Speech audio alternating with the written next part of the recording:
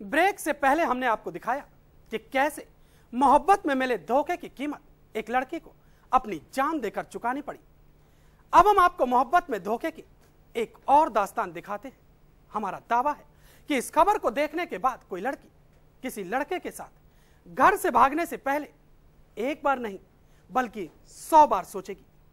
तो आइए देखते हैं मोहब्बत में धोखे की एक और खबर, जिसमें एक शख्स अपनी माशूका को पहले तो घर से भगा कर ले गया और फिर उसने कर दिए अपनी माशूका के जिस्म के 2 टुकड़े।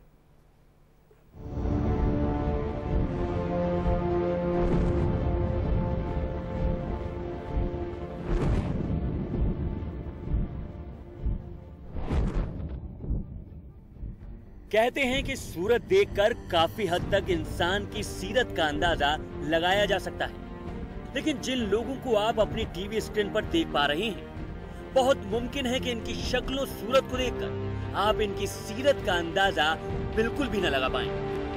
असल में इन दोनों पर आरोप है कि इन्होंने बहराइच की रहने वाली बिट्टन नाम की एक जवान लड़की का न केवल अपहरण किया बल्कि उसकी हत्या भी कर दी।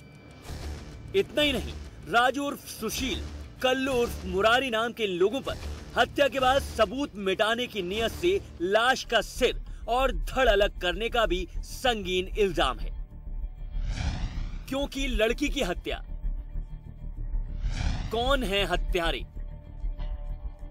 जाहिर तौर पर आप जानना चाह रहे होंगे कि आखिर कौन है ये लोग और इन्होंने लड़की की हत्या क्यों की है। तो जनाब यकीन जानिए, इसके पीछे जो वजह है उसकी हकीकत जानकर किसी के भी रोंगटे खड़े हो जाएं। असल में इसके पीछे है 2 दिलों के बीच हुई मोहब्बत। दरअसल बहराइच के रहने वाले राजू का भाई रमेश अपने पड़ोस में रहने वाली बिट्टन से मोहब्बत करता था। बिट्टन भी रमेश से मोहब्बत करती थी, इतनी मोहब्बत कि बिट्टन रमेश को अपना तन मन भी सौंप चुकी थी। अब दोनों शादी करने की फिराक में थे, लेकिन रमेश के घर वालों को यह रिश्ता कतई मंजूर न था। आरोप है कि एक दूसरे से जुदा होते देख रमेश ने अपने भाई राजू के साथ मिलकर बिट्टन को भगा ले जाने का फैसला कर लिया। साजिश के मुताबिक राजू और रमेश बीते 2 दिसंबर को बिट्टन को घर से भगाकर भी ले गए, लेकिन घर से भागते ही बिट्टन के घर वालों ने रमेश और उसके भाई राजू पर अपहरण का मुकदमा दर्ज करा दिया। आरोप है कि खुद को कानून के शिकंजे में फंसते देख रमेश और राजू ने बाराबंकी के रहने वाले कल्लू के साथ मिलकर एक खौफनाक साजिश रची और साजिश के तहत बिट्टन की हत्या कर डाली। किसी को मामले की भनक न लगे, इसके लिए राजू, रमेश और कल्लू ने बिट्टन के सिर और धड़ को बाराबंकी के मसौड़ी इलाके में अलग अलग जगहों पर फेंक दिया। इन्हें उम्मीद थी कि इसके बाद ये लोग कानून की पकड़ से बच जाएंगे, लेकिन ऐसा हो न सका। पुलिस ने मामले की छानबीन के दौरान जब राजू और कल्लू को हिरासत में लेकर पूछताछ की तो दोनों टूट गए और इन्होंने तोते की तरह पुलिस को कत्ल से जुड़े सारे राज बता दिए। 6 दिसंबर को एक शरकड़ी लाश बरामद हुई थी महिला की। ये अवैध संबंध का मामला पाया गया। राजू के भाई से इस लड़की का अवैध संबंध थे। इन्होंने पहले अपहरण कर लिया, उसका ले गए वहां से और लुधियाना में कहीं रखा। उसके बाद में ये इरादे से कि हमारे खिलाफ मुकदमा लग गया, इसको ठिकाने लगा दो।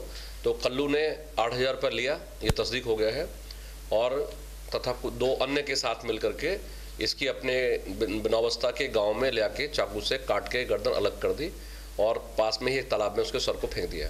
फिलहाल राजू और कल्लू पुलिस की गिरफ्त में हैं, लेकिन बिट्टन का आशिक रमेश अभी तक फरार है। पुलिस उसकी तलाश में जुटी है। पुलिस को उम्मीद है कि वो जल्द ही रमेश को भी गिरफ्तार कर लेगी, लेकिन जरा सोचिए कि क्या बिट्टन ने घर से भागते वक्त सोचा होगा कि जिस शख्स के साथ वो जिंदगी बिताने का सपना देखकर अपना घर छोड़ रही है, वही आशिक उसके जिस्म को 2 टुकड़े कर देगा। देख लीजिए, यही है इन दिनों मोहब्बत का अंजाम। लिहाजा हम तो आपसे यही कहेंगे कि किसी को दिल देने से पहले, किसी के साथ मोहब्बत की राह में कदम आगे बढ़ाने से पहले एक बार नहीं 100 बार सोचें।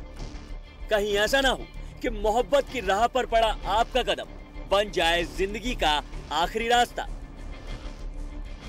बाराबंकी से ध्रुव गोस्वामी, इंडिया न्यूज।